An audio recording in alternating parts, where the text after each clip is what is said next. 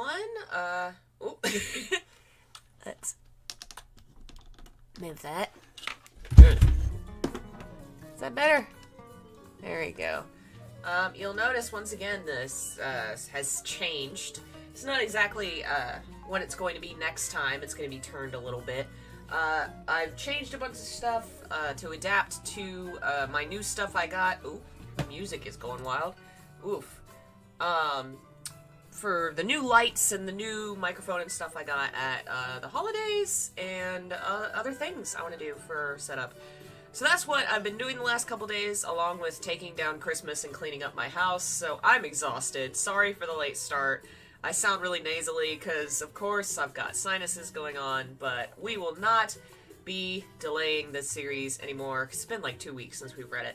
Hello, Jeff, Kohi, Alice, Akatsuki, Liz, Lobsel, Zool, Natasha. Welcome, welcome. Let's see, last time we, oh, that's right. Xie Lian had been accused of, going and killing the entire family of, another guy. I can't remember his name. Chanchu, I think was his name. He thinks Xie Lian killed his family.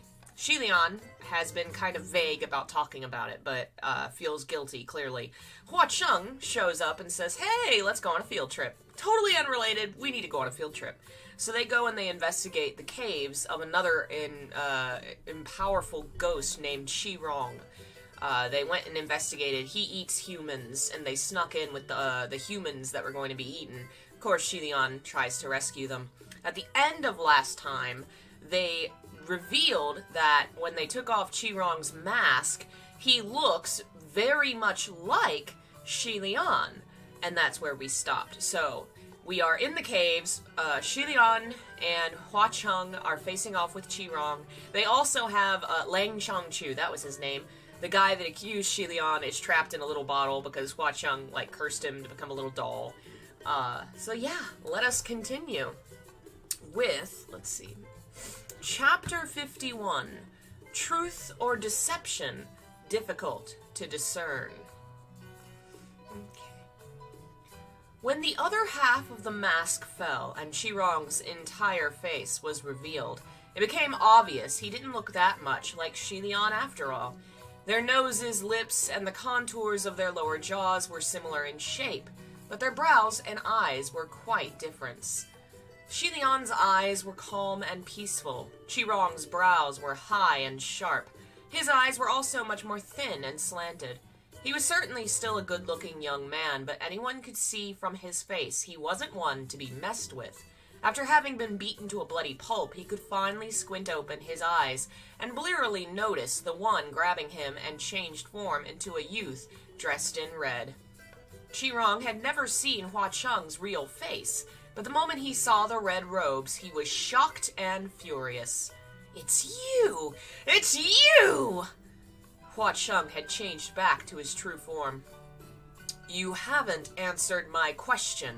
How did Prince Anli die? Because of how frightening his eyes looked, Xie Lian rushed forward and cried, Sun Long! Humans and ghosts alike had already cleared the cave, and Xie Lian ran to his side. Are you alright? Don't be angry. Please don't be angry. Everything's fine. Just calm down. Everything's fine. He gently rubbed Hua Cheng's shoulders a few times, his voice soothingly soft. When Xie Lian was younger, whenever he got angry or upset, his parents would always stroke his back like this and comfort him with their gentle voices.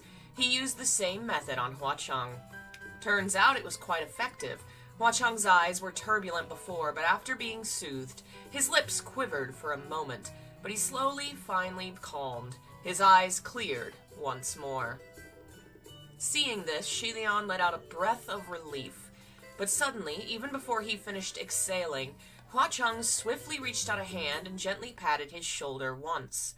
This pat instantly froze Xie Lian's body and rooted him to where he stood. He hadn't prepared for Hua Cheng to do anything to him, which was why this was done so easily. He didn't know what Hua Cheng was up to, but he wasn't worried about himself. Rather, he was worried for Hua Cheng, afraid he might lose control again like earlier. He was about to open his mouth to ask when he realized not only could he not move, he couldn't speak either, and felt he may have gotten into a rather difficult situation. That Xie Rong might have been weak in fistfights, but his mouth was certainly tough, and he started cursing while still covered in blood. "You fucking crazy one-eyed snake! Did I fucking piss you off while eating in my own house?" Hua Cheng smiled, then smacked his head down onto the ground again before picking it up. "How did Prince An Li die?" "What the fuck does that have to do with you?" Xie Rong cried, and Hua Cheng bashed him down again. "How did Prince An Li die?"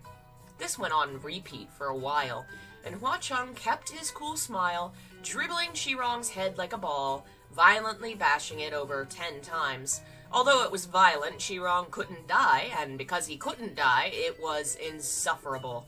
Even a skull made of steel couldn't stand this kind of torture, and Xie Rong finally changed his tune. "If you're so free, why don't you go read a fucking history book?" Hua Cheng laughed coldly. "If history books recorded the truth, why would I come and ask useless trash like you?" He lifted his hand again, and Xie Rong yelled, "It's Lang Chongchu! He was killed by Lang Chongchu!" The Daruma doll in Xie Lian's arms jerked and started shaking vigorously. It was shaking too hard, and Xie Lian couldn't move to hold it down. So alas, he watched as Lang Chongchu, the Daruma doll, fell and spilt onto the ground, madly spinning back and forth.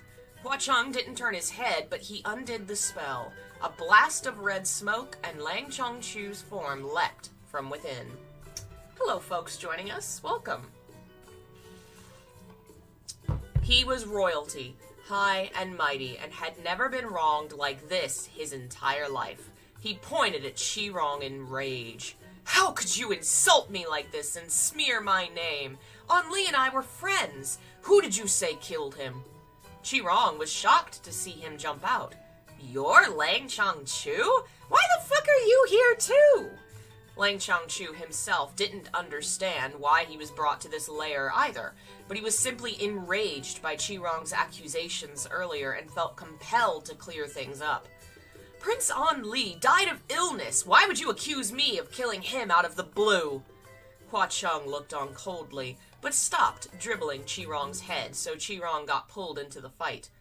"Died of a fucking illness. Only you would believe it. He died soon after the gilded banquet, so he must have been assassinated by you lot. If not you, then those withering old fucks in court." He was muddying the waters and spewing garbage. Lang Chongchu's face was growing grimmer. "No wonder everyone says the green ghost Xie Rong is vulgar and crass. Now that I've met you, you are indeed disgusting." His offhand comment stabbed Xie Rong exactly where it hurt. After becoming famous for so many centuries, all of heaven and hell taunted him for being boorish and crude, and he hated it. His face dropped immediately. "I may be vulgar, but it's still much better than your ignorance. Friends this, friends that. What peaceful relationship? Shanli and Yong'ang can be friends, coexist in peace. You're as fake as your shitty parents. Disgusting." Hearing him insult his parents, Lang Chongchu was furious. "Shut up! My esteemed parents were sincere and genuine, not fake. I won't allow you to spit on their names." Xie Rong spat. "You're all nothing more than the descendants of some rebels. Who gave you the fucking right? What sincerity! To donate titles and land to us, the people of Shanli. Shameless. You robbed what was ours, then handed it back out like it's some sort of gift. Everything you owned belonged to Shanli." Lang Chongchu was not skilled in arguing and actually froze and stuttered. You? Xie Rong saw how he stammered and felt a rush of satisfaction, and resolved to aggravate him even more. He laughed. "Even if you guys killed An Li, it was a profitable death. Shanli lost one man, but Yong'ang paid an entire gilded banquet. Too bad we couldn't kill you too, and have you taste what it's like to end an entire bloodline." Hearing this, Lang Chongchu was bewildered. "What did you say?" Xie Lian mentally cursed. He so desperately wanted to bash Qirong back into the ground the same way Hua Cheng did and shut him up, but with the petrification spell, he couldn't move a single muscle. What do you mean you couldn't kill me too? Qirong only wanted to avenge himself on the vulgar comment and boasted. Truly the fruit doesn't fall far from the tree. My lord's stupidity spans hundreds of years. My eyes are opened. To think us Shanli are thoroughly disgusted with you, Yong'ang. Whoever doesn't hate you is unfit to be called a citizen of Shanli. Did you honestly think the royal descendants of Shanli would be friendly with the royalty of Yong'ang? It was all to infiltrate your guard, to make it easy to plot, to wash your gilded birthday banquet with blood. Shanli was struggling to break free, and Lang Shangchu was frozen to the spot. After a moment, he stammered, "The Prince Anli and the Gyoshi were on the same side?" Lang Shangchu was filled with anguish, thinking his beloved teacher and friend had conspired against him together. However, contrarily, Qirong said, "Gyoshi? The wicked Gyoshi Fangxin? Who the hell is on the same side as him?" Lang Shangchu heard his question and was baffled. You washed the gilded blanket with blood, but the one to do so was not the Gyoshi? You were not on the same side? He was thoroughly confused. Who the fuck knows where that evil cultivator came from, Qirong replied. It had nothing to do with him. Listen up, Lang Changchu. The blood spilt at your Yong'ang gilded banquet was all done by the people of Shanli. Anli had already planned to kill off every single fucking rebel at the banquet, but that fucking weirdo Gyoshi of yours suddenly busted in. Anli had thought the plans failed and ran to me for help, asking me what to do if he was discovered. But who knew that very night it would be announced the one who fucked everything was the Gyoshi, and he became a wanted man across the entire kingdom. It took Lang Changchu a while to process that information. If that was the case, why didn't you speak up? Qirong clicked his tongue. Are you fucking dumb? Why would I say anything? Was it a bad thing to have someone take the blame? Can you level me up to a supreme with this lie? He was relishing this more and more he spoke. I get it. You couldn't believe it, right? I heard you nailed your own teacher into a coffin. What a fucking idiot. You killed the wrong person. Hearing that vile, hearty laughter, Xie Lian closed his eyes and cursed again. Lang Changchu was trembling with rage. You're wrong! He whipped around and shouted towards Xie Lian. If that was true, even if he didn't say anything, why didn't you? Qirong spat out a broken tooth. And who the fuck is that? What, are you all here to have a fucking party in my cave? Everyone ignored him. Lang Changchu demanded, if you didn't do it, if you didn't kill, then why did you admit the guilt? Just then, Xie Lian's body became loose. Hua Cheng had undone the petrification spell. However, it might have been too late. Lang Changchu was waiting for his response, and Xie Lian stood up slowly, working out the kinks in his wrists and joints. After a pause, Xie Lian blurted the words, complete nonsense. Lang Changchu had fully expected him to say it's true as he said, yet the words Xie Lian uttered completely revoked his sense of guilt from Qirong's recount. Qirong was pissed. Complete nonsense? Says who? Says I, Xie Lian said. He looked down on Qirong and said, all this fibbing and these empty words, what proof do you have that the ones who spilt blood at the gilded banquet were the descendants of Shanli? Qirong was amused. All the killed are dead, so what proof? Besides, it's been hundreds of years. What proof is left?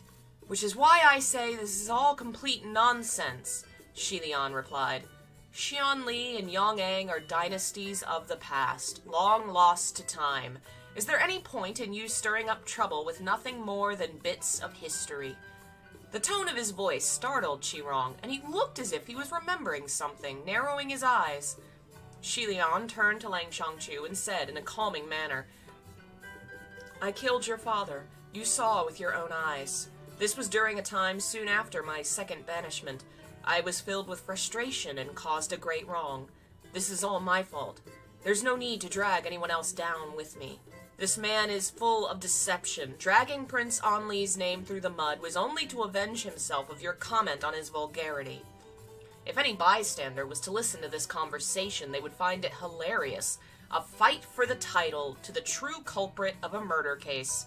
One would think the blood spilling at the gilded banquet was some sort of glorious deed. Lang Chongchu was in turmoil and profoundly confused. He held his head and thought for a long time before speaking.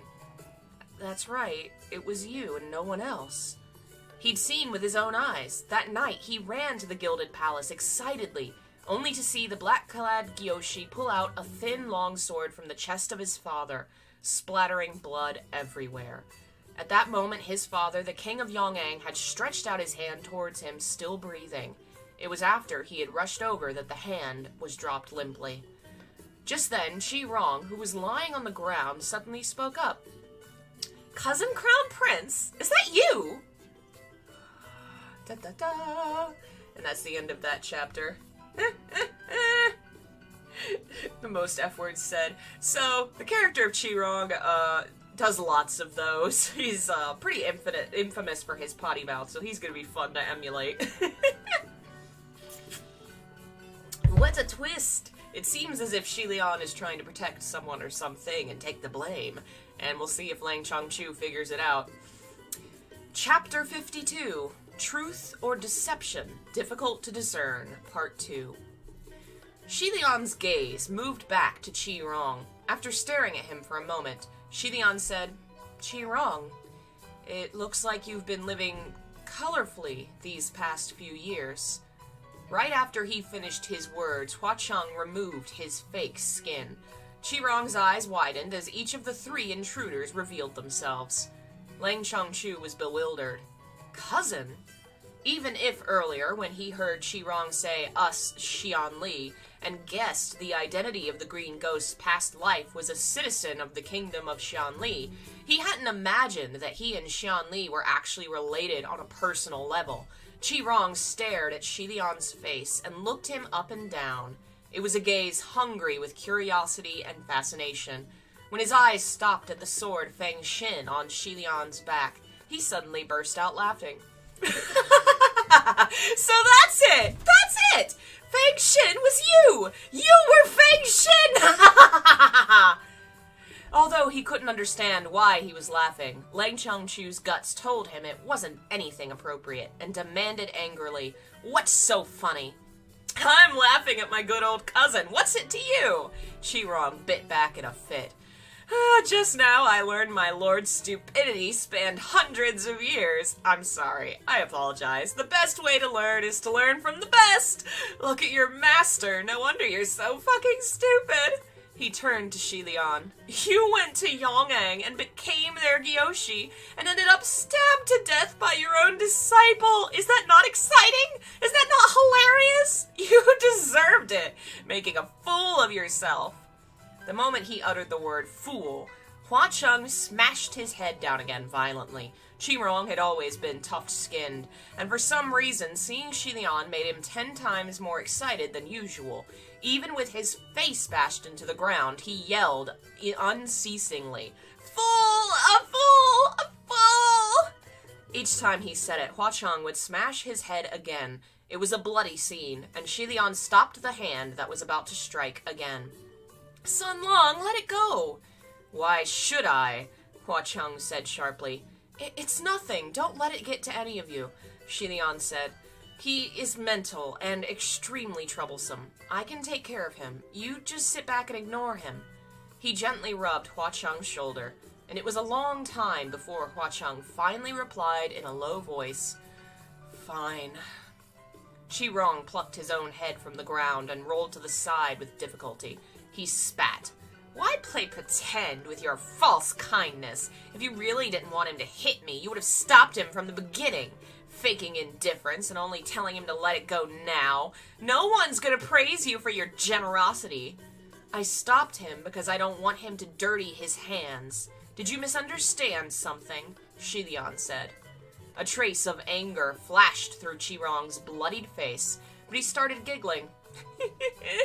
Oh, cousin Crown Prince, you're getting along pretty well with Hua Cheng. And here I was just wondering why none of the underlings this little brother of yours sent to greet you on Zhongyan ever returned. It was because they ran into Hua Cheng. Xie Lian had no idea Qi Rong had actually sent any underlings to go find him. The night of the Zongyang festival, it was a coincidence to have bumped into Hua Cheng. Taking him back to Puqi Shrine wasn't in the plans. It seemed that all of Qi Rong's underlings had been taken care of by Hua Cheng. Xie Lian couldn't help but steal a glance at the person next to him. So remember a bit earlier, quite a few, many chapters back, they first meet on that ox cart. They just happen to bump into each other on the way down the road, and for some reason Song Long's there. And then it turns out that it's the day of the Ghost Festival when ghosts can come to the human world and they end up having to run away from ghosts. Qi Rong was the reason that happened. He sent his underlings after Xie Lian. Hua Cheng apparently heard about it and came to intervene. So, ironically, dumb cousins the reason they met.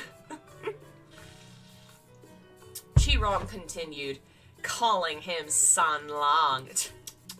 So familiar. Cousin, you're a big shot heavenly official. How can you hang out with ghosts and demons? Aren't you worried about your reputation? You're so perfect, after all. So pure and flawless. Your halo shines upon all this earth. Many in the heavenly court had more or less thought the way Mu Qing spoke was sarcastic. But if they were to truly listen and compare, they would learn what sarcasm truly is. They had wronged Mu Qing. Qi Rong didn't just speak, he'd act, too. He folded his hands over his heart and exclaimed, Cousin Crown Prince, this little brother had constantly thought of you over the years. Look, I even meticulously carved this statue to keep you by my side, so I can gaze upon your heroic form every waking moment of every day. What do you think? It's pretty well done, right? Do you like it? Don't worry, if you don't like it, then even better. I'll carve more. The moment he mentioned the statue, Hua Cheng's face immediately darkened. If it wasn't for Xie Lian holding him back, he would have stepped on Qi Rong's face.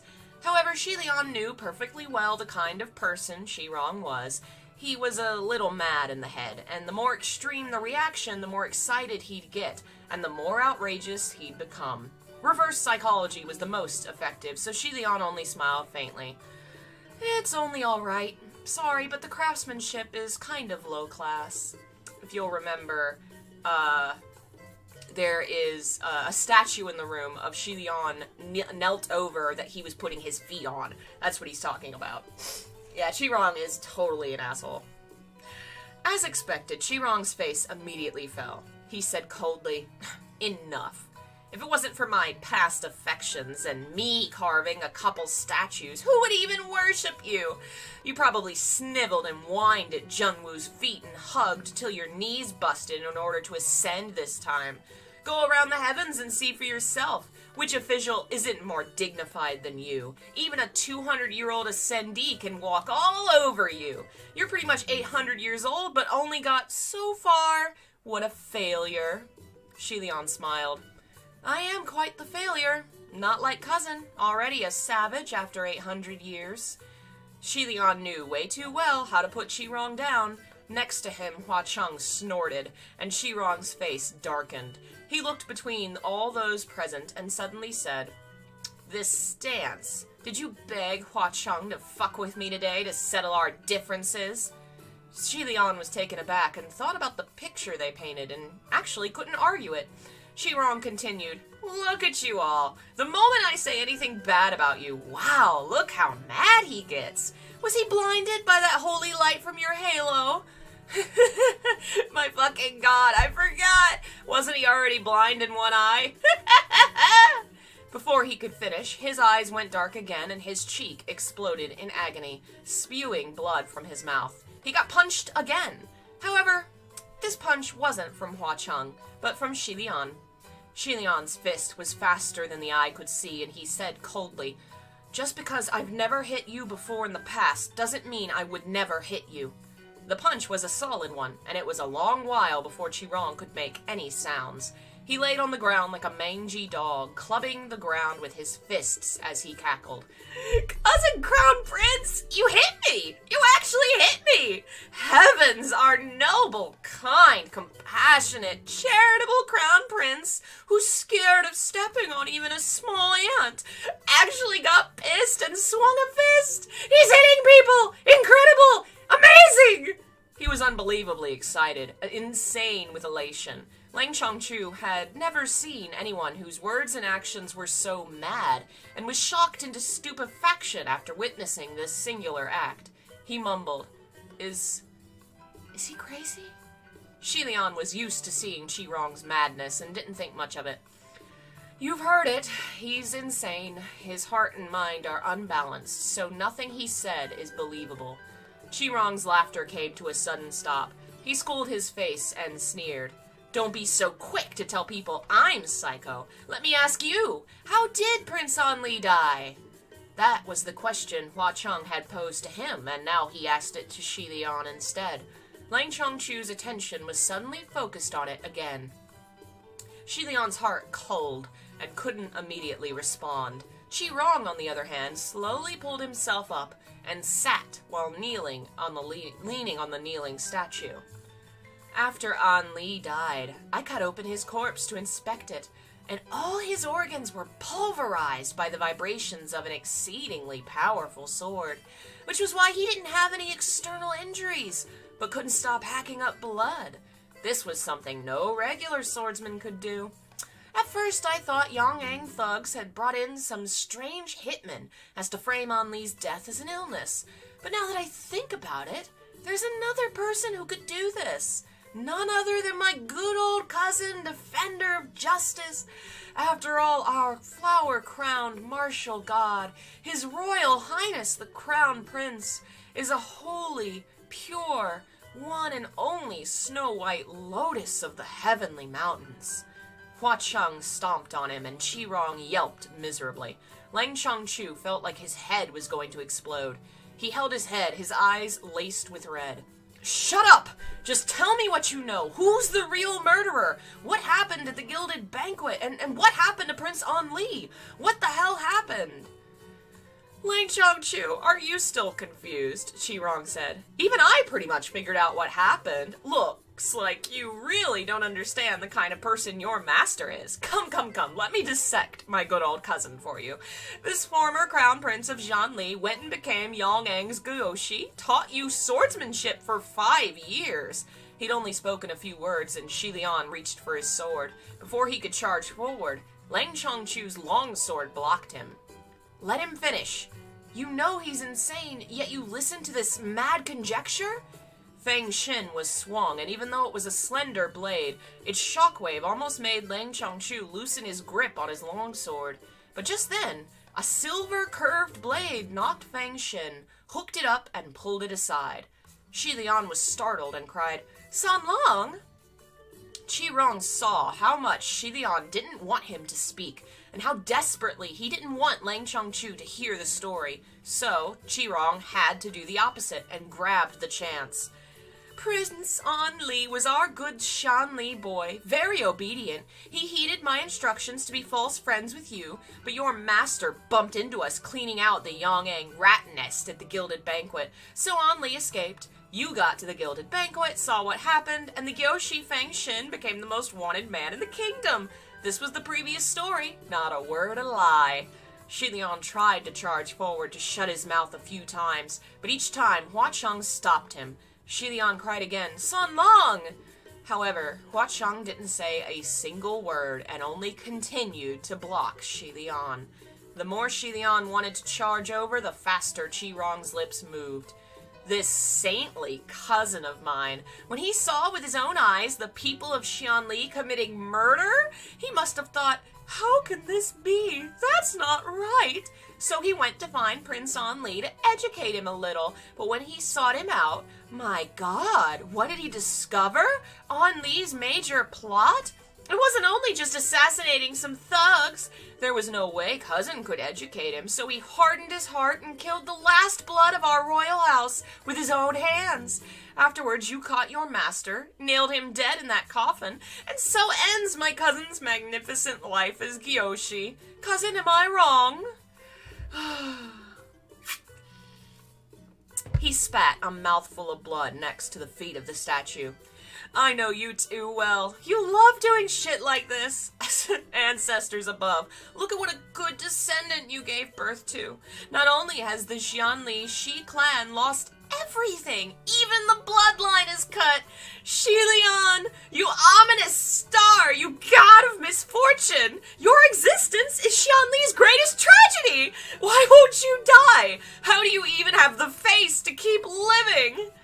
But I saw my own eyes. He was killed my father with his sword, Lang Chongchu said. How do you explain that? If it's not water getting into your fucking senior's eyes and ruining your sight, I can only think of what reason, Xi Rong replied, which is that Anli for sure stabbed your old man, but he didn't die. Did he drive the blow home? Qirong howled. What are you saying? My good cousin is such a kind soul. How could he drive any attacks home? When he arrived, he wouldn't have attacked right away. He'd have to do a show of trying to save the poor guy first. But your old man probably killed himself. What do you mean he killed himself? Lang Chongchu demanded. What's the first thing someone saved from the brink of murder will do? Qirong asked. After seeing so many massacred at the banquet, what's your first reaction? Lang Chongchu still hadn't completely deduced it. Find the murderer. Wrong! Qirong cried. After my good cousin saved your old man and he revived his breath, he would have certainly said, Quick, Gyoshi, it was Prince Anli who'd done it. Go and kill Prince Anli. No, not just that. He must have said something worse, like, Gyoshi, bring forth Chanchu, call upon everyone. I want the population of Zhanli wiped out. I want to bury them all with the dead. His imitative tone of despair and fury was disturbing to listen to, and Lang Chongchu was growing paler by the minute. Qirong continued, Even if he wasn't killed on the spot, your old hag had an entire nest of thud relatives that were all killed before him. He'd have to open fire on the people of Xianli sooner or later. Your good master realized this, considered his options, and decided, no, the old man couldn't be saved. So, plurk, and the old man's heart goes cold. That's the kind of person my good cousin is. A saint who can't have sand in his eyes, always doing shit that harms others and hurts himself. He wants to please both sides, but succeeds with neither. Oh boy. If you're following what happened. So the people of Xianli and the people of Yong'an were at odds. Xianli was the older kingdom that fell because of a war, and Yong'an rose up and took in a lot of the refugees from Xianli moved in. The royal family of Yong'an was trying to keep peace, but the people of Xianli were angry, feeling in some ways justifiably upset about what they'd lost and what Yong'an had taken from them. Some of them planned to assassinate the family, and they succeeded. And the king survived and knew that the Xianli people, or a section of them, had done it, and so probably would have called for a genocide to kill all of the people of Xianli. And Xie Lian realized this and decided to take the blame so that they would survive. Chapter 53. Truth or Deception? Difficult to Discern, Part 3. Xie Lian shouted, Qirong! You shut your mouth! Lang Chongchu turned his head angrily. Why does he have to shut up? Because what he said is the truth? In that gilded banquet, you and Anli both struck. One killed my entire family, the other finished the blow to my father. You're all lying to me? Xie Lian responded hurriedly. Don't listen to... Qirong cut in. Of course it's a lie! You're so stupid! If not you, who else to deceive? If not for some rando spoiling our plans, Xianli would have already taken your fucking life at the age of 12, instead of giving you the luxury to grow up and ascend. 12? Lang Chongchu repeated. The biggest thing that happened when he was 12 was the kidnapping, saved by Xie Lian. He demanded, That year, the muggers who introduced intruded the palace to kidnap me were sent by people from Shanli? Duh! Qirong clicked his tongue. Do you think any ordinary assassins can just kidnap the crown prince from hundreds of royal guards? Please. I was the one who helped Li on that. Lang Qiangchu nodded. Helped? Good. I understand. So my friends are all fake. The people of Shanli never cared for our amity. Your Prince Li never possessed good intentions and came for our lives. He turned to Xie Lian. So everything you told me was false too. Qirong pretended to look surprised. Come, hurry! Let me hear what my saintly cousin said to you. Lang Qiangchu ignored him and continued to address Xie Lian. You said Yong'ang and Xianli were but one nation at their roots. Whatever conflicts the royals had with each other had nothing to do with civilians. Both sides used to be one family, and under our generation's rule, their lives could be changed for the better. As long as people were happy, it didn't matter what the royal house was named, and both sides could let go of their grudge and unite in time. All that was false. All nonsense, bullshit, lies.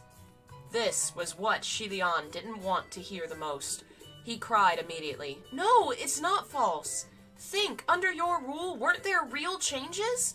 Lang Qiangchu closed his mouth, his breath held. Xie Lian continued. Didn't you do really well? Didn't the remnant citizens of Xianli integrate peacefully with the people of Yong'ang? There were fewer and fewer conflicts and riots, so how could any of it be false? There was a moment of silence, and tears rolled down Lang Qiangchu's cheeks. But what about my parents? Yong'ang and Shanli uniting was their greatest wish. That's why they granted the princely title Li to the last of your royal bloodline. Their wish came true, but what of their end? Qirong clicked his tongue.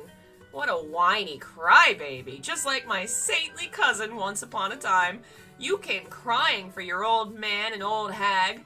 I haven't even fucking harassed your ancestors for my old man and old hag. Fucking uniting Yong'ang and Shanli was their wish. What pretty words. Li, settle first, joy after. You think I can't tell it means you Yong'ang dogs want to walk all over the heads of Shanli for the rest of our lives?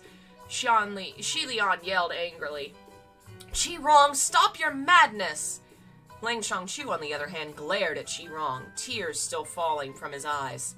You're the mastermind behind the massacre of my clan, and you're part of the plot behind the gilded banquet. Qirong snickered. Yeah, I'm part of it. Li was part of it too. And your master. Us three people of Shanli all had our part. Suddenly, halfway through his laugh, Lang Qiangchu's longsword abruptly swung down and struck. Qirong yelped, and his person was sliced in two. It was an exceedingly gory scene. Both halves of his bodies were rolling around the ground, and his upper body cried, It doesn't hurt! It doesn't hurt! It doesn't hurt one bit! Compared to that punch from Cousin Crown Prince, you're nothing! Lang Qiangchu didn't say a word, grabbed him by the head, and picked it up. Qirong was still spouting insults, but Xie Lian had noticed something off with Lang Qiangchu's expression. He said hurriedly, Qirong, stop talking if you value your life. Xie Lian always treated others with kindness and respect, yet Qirong was someone that couldn't be faced normally. He knew this, so every time he faced him, Xie Lian didn't want to be polite at all, and unconsciously became rude himself. Lang Qiangchu dragged Qirong's upper body and came to the giant, boiling, bubbling cauldron. Do you usually use this cauldron to cook humans? Having been dragged around, Qirong's bloody carcass drew a thick trail of blood on the ground. Yeah, so?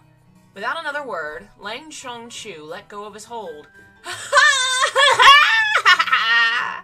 It was hard to discern whether Qirong was screaming or laughing, and the moment he was dropped into the cauldron, his flesh was instantly burnt and boiled to mush. Xie Lian had not expected this development. His pupils shrank and he blurted, Qiangchu! Lang Qiangchu responded sharply, What? How many people has the green ghost Qirong eaten? We can't teach him what it feels like to be cooked. He's the enemy that murdered my clan. Am I not allowed to make him suffer? Of course he could. So Xie Lian couldn't say anything, and had no right to say anything. Yet, no matter as the crown prince of a mortal kingdom or the martial god of the east of heaven, Lang Qiangchu had never done such a thing as this. He'd always been straightforward in fights and never used any cruelty. These actions were far from the Lang Chongchu Xie Lian knew. After being thrown into the boiling water, after a while, when Xirong was fished up, his body no longer retained a human shape. It instead resembled a melted lump of flesh and skin, bones poking out in some area, terrifying to behold. Yet he seemed quite pleased and was still guffawing. Congratulations, cousin! Look at your good disciple. His wings have hardened. He's cruel and knows how to torture now. Lang Chongchu released his hold again, and Xirong was once again submerged into the bubbling cauldron. This time when he was dropped, it seemed even his bones were dissolved by the boiling liquid. Xirong didn't float up again, and only remnants of green cloth emerged on the surface. After a while, having still not seen his shadow, Xie Lian couldn't help but call out, "Xirong!" His younger cousin, who once upon a time couldn't shut up about his cousin the Crown Prince, had idolized him and praised him for everything he did. However, after the fall of Xianli, he'd turned into a complete madman. He led the burning of his temples, the desecration of his palaces, commissioned the kneeling Crown Prince statues everywhere, affixing them as thresholds. To make Xie Lian suffer, he could do anything. Xie Lian had done his best to put up with the behavior, and if it involved others, he'd do his best to obstruct, until finally, when he could no longer tolerate it, he could only keep away and practice, out of sight, out of mind. Afterwards, they'd lost touch for many years, and Xie Lian thought Xirong had passed away. Who knew that after so long, he would suddenly meet a figure of the past and see that face that so resembled his? He really couldn't tell whether there were any feelings of nostalgia or remorse. After all, the only ones left from the royal house of Xianli were the two of them. But they hadn't even seen each other for long before he died before him, and he was even cruelly killed by a Lang Chongchu who couldn't even use wooden rods to punish him. So much had happened in such a short period of time. Xie Lian hadn't even sorted the thoughts in his head, his heart a mess. Lang Chongchu stood next to the cauldron with his head lowered, unspeaking. Just then, Hua Cheng spoke up. "He didn't die." Lang Chongchu raised his head to look at him. Hua Cheng continued, "You don't think this is actually revenge. You only killed one of his many clones. If you want to exterminate him completely, you need to find his ashes." "Thanks for reminding me," Lang Chongchu said coldly. "I will capture him with my own hands and use his ashes to pay respects to my esteemed father and mother. When that happens, I will come and tie things up with you. Kiyoshi, don't you dare think about running away." As he ended his words, he gripped his long sword and struck, slashing the cauldron, and turned abruptly to walk away. Boiling water spilled from the cauldron, and liquid filled with slivers of bone poured into the ground. Xie Lian wanted to chase after him, but he knew it wouldn't be of any use. He braked in his steps and stopped, standing still, unable to speak. Hua Cheng approached him. "He just found out the truth, so it's better to let him be by himself and cool down." Xie Lian was dumbfounded. Why must he know the truth? Was the truth that important? "Very important," Hua Cheng replied. "He needed to know what was done by you and what wasn't, and why you had to do what you did." Xie Lian whipped around in a fit and said coldly, "What's the use of knowing everything so clearly? Would I be any more blameless if I killed less people? Would things be less hard?" Hua Cheng didn't respond. A burst of anger rolled up from Xie Lian's chest, and he didn't even know who to be mad at. He blurted, "What shitty hardships have I experienced? His Majesty the King Father always wanted to integrate the two clans. Did I not kill him? Prince Anli was the last of my family's bloodline. Did I not kill him? No matter what, it's all my fault. So if all the blame goes to me, what's wrong with that? What's there to be afraid of? Whatever comes at me, I can't die anyway. I did this. I bring misfortune. And now I've brought it to Prince Anli, to Xirong, to everyone in Xianli. Is it not better to hate one instead of all? Must he think that everything I taught him was false, nothing more than empty bullshit?" Hua Cheng watched him quietly and didn't argue. The two stared at each other, and suddenly Xie Lian covered his face with his hands. I'm sorry, Sanlong. I've gone mad. I'm sorry." "It's nothing. It's my fault." Oh. It's so sad. No, you're not at fault. This is my problem. Xie Lian slumped to the ground, holding his head. What a mess. What a disastrous mess. After a moment, Hua Cheng sat down next to him. You weren't wrong. Xie Lian held his head and said nothing. Hua Cheng continued. The Yong'ang king was killed to protect the remaining people of Xianli. Prince An Li was killed to prevent the two clans from fighting. In the end, to die at the hands of Lang Chongchu, the murderer faced justice. 3 lives exchanged for centuries of peace. It's worth it. If it was me, I would have done the same. Listen to me. His voice was firm, with no room for doubt. You weren't wrong. No one could have done it better than you. Xie Lian was quiet. After some time, he finally said, I just don't think it's right. He slowly lifted his face. I just don't think it's right for someone to have been kind but still receive a bad end. I don't think it should have ended this way. Even if it's fake, I wanted Changchu to remember his benevolence to Xianli would be reciprocated. Doing the right thing will open endless paths. Not like now, where he thinks everything I told him, everything he believed in, were all lies, deception, that everything was goddamn bullshit. He raised his right hand, and while looking at it, said, I don't want to see anyone go through what I've gone through. Hua Cheng listened silently. Xie Lian felt self-conscious about the vulgar words he used and apologized again. I'm sorry, but look how incredibly silly things are in this world. The first few generations of Yong'ang rule were filled with violence and cruelty, but none died tragically. When it came to Longchu's parents, all they wanted to do was some good, do something great, but it ended the way it did. The king of Yong'ang honored him as Gyoshi and treated him with the utmost respect for 5 years. Even at the end of his life, he passed on without any signs of that trust dispersing. Xie Lian's eyes looked far ahead, unfocused. He whispered, I really can't forget the look on his face when my sword penetrated him. Hua Cheng said softly, Forget about it. That was Qi Rong and Prince An Li's fault. Xie Lian shook his head and buried it between his knees, his voice exhausted. Everything was going just fine, too. When Lang Chongchu's father first ascended the throne, his first rule was to break the culture of oppressing the people of Xianli.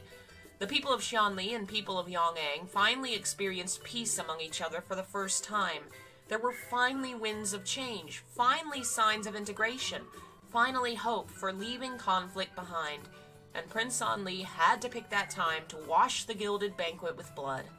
That night, when he escaped and found Prince An Li, he was originally going to warn him never to stir up trouble again. Yet after the last descendant of his royal house discovered his true identity, he excitedly grabbed hold of him and asked him to join his grand scheme of revenge and the recovery of their kingdom. His eyes were so red with passion, and his voice so high with excitement, it made one's hair stand on end. He first swore to spill blood at the gilded banquet, then annihilate Lang Chongchu, then cause havoc in Yong'ang.